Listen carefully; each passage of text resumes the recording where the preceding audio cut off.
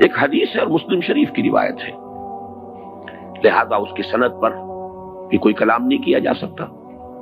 راوی حضرت عمر ہیں رضی اللہ تعالی عنہ، فقہائے صحابہ میں سے ہیں، بڑے ذی شعور ذی فہم، لہذا اس اعتبار سے بھی اس حدیث کا ایک پایہ جو ہے بہت بلند ہے۔ متن یہ ہے کہ حضور نے فرمایا ان اللہ یرفع بہذا الکتاب اقواما ویضع بہ آخرین،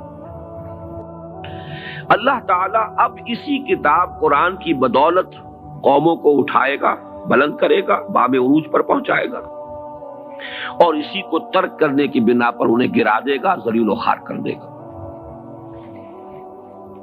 یہ حدیث حضور کا فرمان سر آنکھوں پر، سمجھ میں آئے تب بھی، نہ سمجھ میں آئے تب بھی، ہمارے ایمان کا تقاضا ہوا صادق المصدوق۔ لیکن یہ کہ دل میں تو خلش تھی کہ مغربی اقوام کو جو اتنا ترفع حاصل ہوا، اتنی ترقی انہوں نے کی، دنیا پر غالب ہے، ان کی تہذیب کا سکہ رواں ہے، اگرچہ بظاہر وہ کولونیل رول کا دور ختم ہو چکا ہے، لیکن حقیقت میں کسی دوسری شکل میں پورا موجود، جکڑا ہوا ہے پوری نوع انسانی کو۔ ذرا سا کچھ فرانس اور کچھ چین ابھی ان کے اس شکنجے سے باہر ہیں، اور پورا زور لگ رہا ہے اس وقت۔ بیکر صاحب کے دورے چین کے ہوئے اور خود بش صاحب پہنچ گئے فرانس، کسی طریقے سے ان کو بھی یہ دو ہارڈ نٹس رہ گئے ہیں۔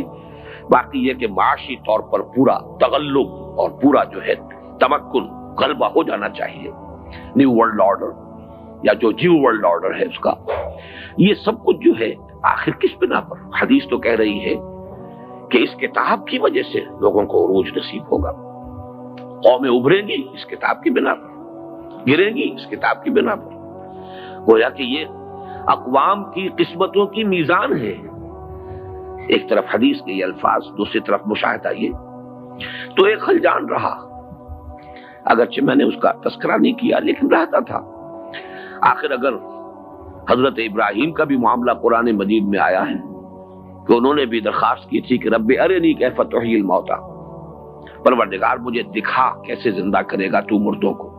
قال اولم تؤمن قال بلی ولکن لیطمئن قلبی، اللہ نے فرمایا کیا تم ایمان نہیں رکھتے؟ عرض کیا کیوں نہیں، ایمان تو ہے، مانتا ہوں، لیکن ذرا دل کا اطمینان میں چاہتا ہوں، کوئی خلجان نہ رہ جائے، پوری طرح دل ٹھک جائے۔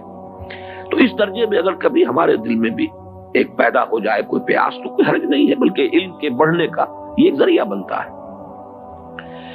جب ریکنسٹرکشن کا میں نے مطالعہ کیا، علامہ اقبال کے خطبات، وہاں مجھے اس کا جواب ملا۔ ان کا کہنا یہ ہے کہ اس ویسٹرن کلچر کا بھی انر کور جو ہے وہ خالص قرآنی ہے، اس لیے کہ ان السمع والبصر والفؤاد، ان کو بھرپور طریقے پر وہ بروئے کار لائے۔ قرآن نے جس علم کو خلافت کی بنیاد قرار دیا ہے، کو انہوں نے پرسو کیا، اس میں ارتقا کیا، اس میں ترقی کی، اسے پروان چڑھایا۔ یہ علم بھی در حقیقت ہے تو اسی علم کا ایک حصہ، جس کو قرآن مجید اس اہتمام سے خلافت انسانی کی اصل اساس قرار دے رہا ہے، وہ تو علم الاسماء ہے۔